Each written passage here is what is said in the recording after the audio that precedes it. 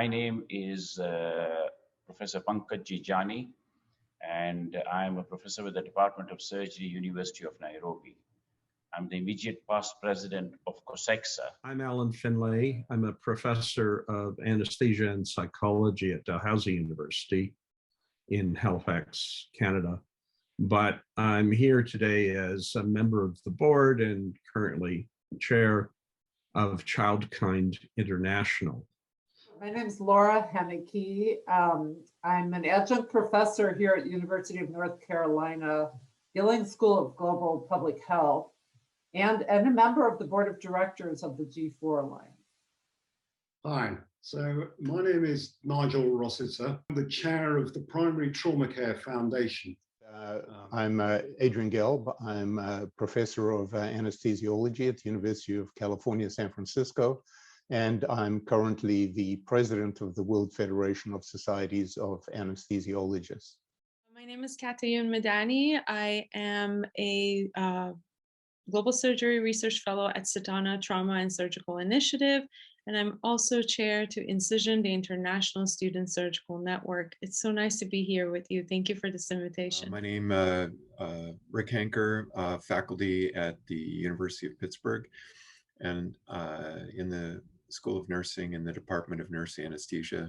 And I also work as a nurse anesthetist at UPMC Presbyterian here in Pittsburgh, 1 or 2 days a week.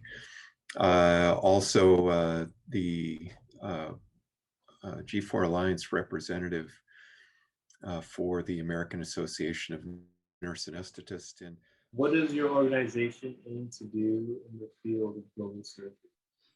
Childkind's an organization dedicated to promoting good pain prevention and treatment for children in hospital around the world. So we aim to unite, develop, and mentor the future surgeons, anesthesiologists, and obstetricians of the world. Our organization focuses on students, trainees, and early career physicians who are less than 5 years into their practice. And we work on 3 pillars of education, advocacy, and research.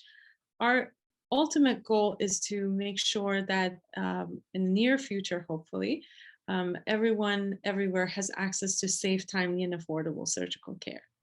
COSEXA is the College of Surgeons of East, Central, and Southern Africa with 14 member states.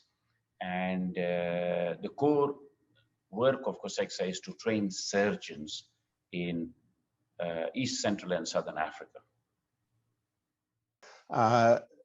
The focus is really on workforce and dealing with the anesthesia workforce crisis, and doing that through education, patient safety, and advocacy as strong pillars of our activity. What makes you most proud of some of the things you guys have been able to accomplish? With regards to COSEXA, we have, as I mentioned, 750 surgeons training in 14 countries, in 19 countries. There are 14 member countries and 5 satellite countries where we train them. At the present moment, there are huge milestones in the sense that we are the largest college training surgeons in sub-Saharan Africa. And we, through the college, provide almost 50% of all the surgeries done at the present moment are by COSEXA fellows or COSEXA trainees. Proud of is that research has really continued to learn and transition as the field of global health has transitioned. So I know nowadays we talk a lot about decolonizing global health and letting our local partners lead. And that's something I feel really proud of, is how research has transitioned from 50 years ago doing fly-in medical missions to now really focusing on capacity building, putting our local partners first. And that way, I think we're able to address the need on the ground much better by taking more of a backseat and letting our local partners lead. Who do you believe are some of the essential healthcare workers in global surgery as we are celebrating the year of the healthcare worker? It's not just global surgery is about surgeons, which is the way unfortunately, many administrators and ministries of health tend to think about it. The healthcare workers are obviously surgeons, surgical techs, anesthesia providers of all types, obstetric providers, perioperative nurses, the laboratory services we depend on. It really is, global surgery really is an ecosystem of healthcare workers. Essential healthcare workers in global surgery are the essential healthcare workers of every healthcare system. By that, I mean, yes, we need workers, health workers that have surgical skills, but we also need those frontline health workers at the community level who will educate the community, who will bring people into the health system. I think sometimes in global surgery, we may tend to focus more on tertiary care when we really know that global surgery happens at every level of the healthcare system. There are a host of professions that rarely get mentioned: orderlies, cleaners, people who maintain the equipment, people who provide the drugs and the gases and the tools that surgeons and anesthetists require.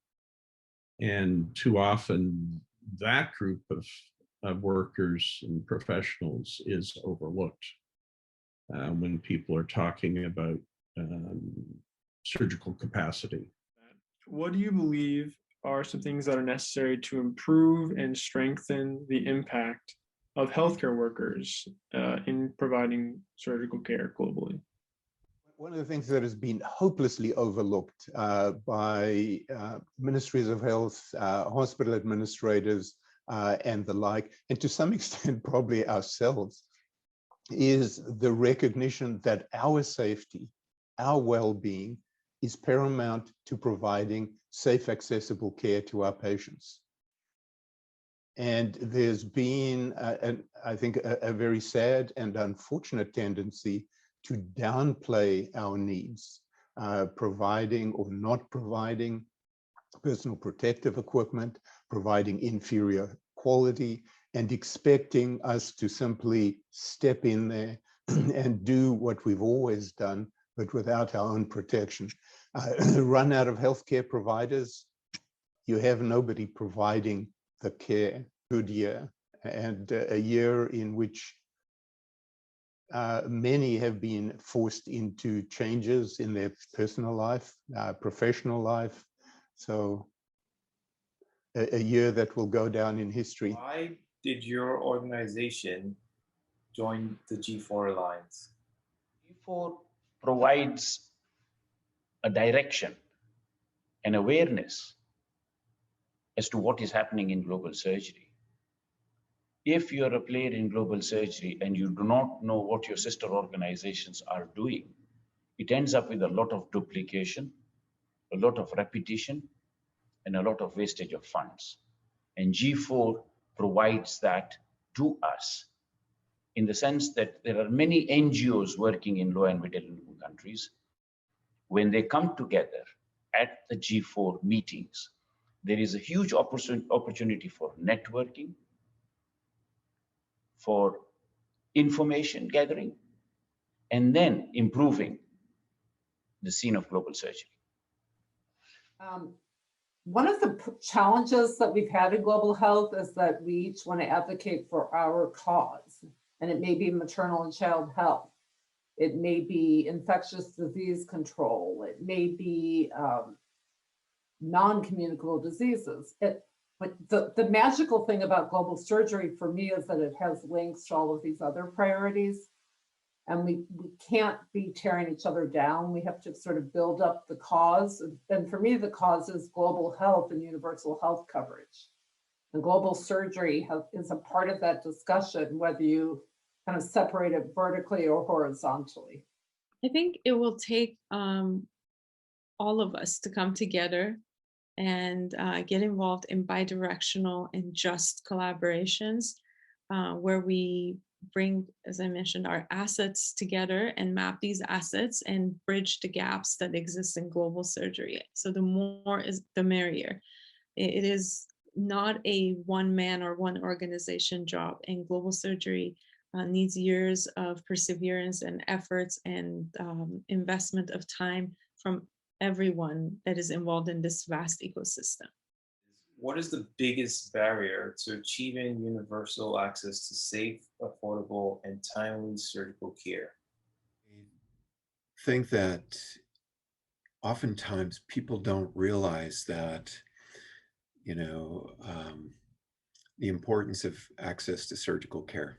They often look at communicable diseases, and I realize that, yes, communicable diseases are a problem, but they don't look at things like, okay, what about the child that has fallen out of a mango tree that has fractured his arm, and it's like, okay, we have to work on fixing that, otherwise it's going to impact that child for the rest of their life in terms of functionality.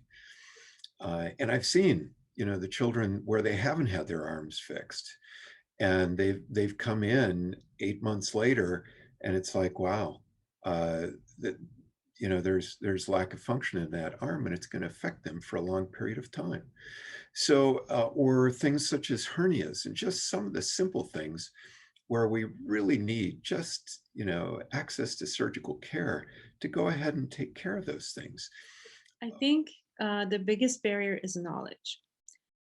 If everyone everywhere understood how vital access to surgical care is and how limited that access currently is, then I truly believe we would be able to have resources, policy, and efforts and focus shifted towards bringing about the change that's needed to give everyone the access that is necessary. There are a couple of things. At the bottom of everything is, or at the top is funding, money, a willingness to invest. And unfortunately, ministries of health have been reluctant, unable, together with ministries of finance, to get their head around the fact that investing in surgery is not squandering money. It is an investment. Every dollar spent on providing essential surgical care returns $10 to the economy. They've also failed to understand that investing in safe care ultimately reduces cost. Poor quality care costs money.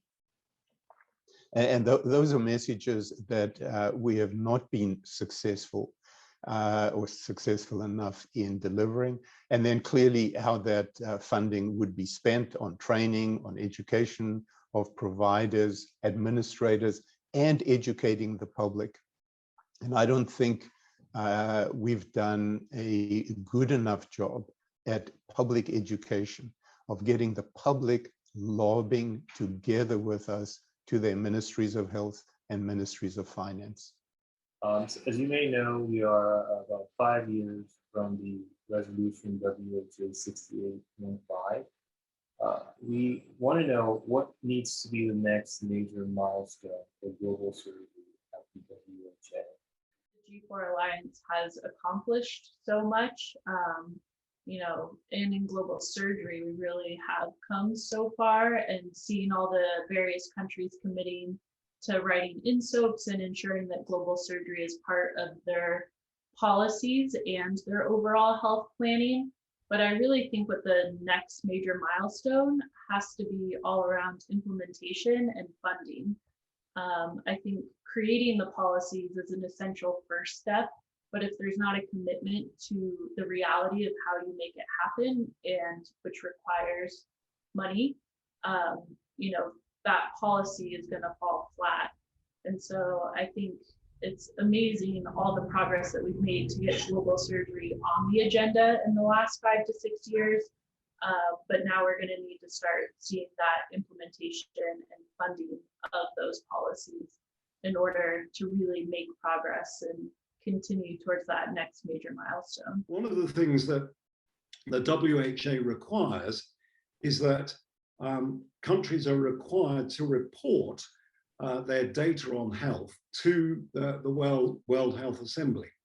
And they're required to do that for a report that's produced every 2 years. The slight problem is that there aren't specific questions laid out as to what data the WHA actually wants.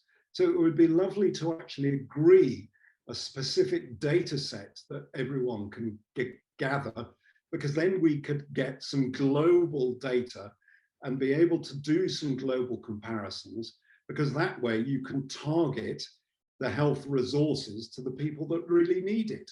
And at the moment, we don't have the data to be able to target where those health resources are needed best.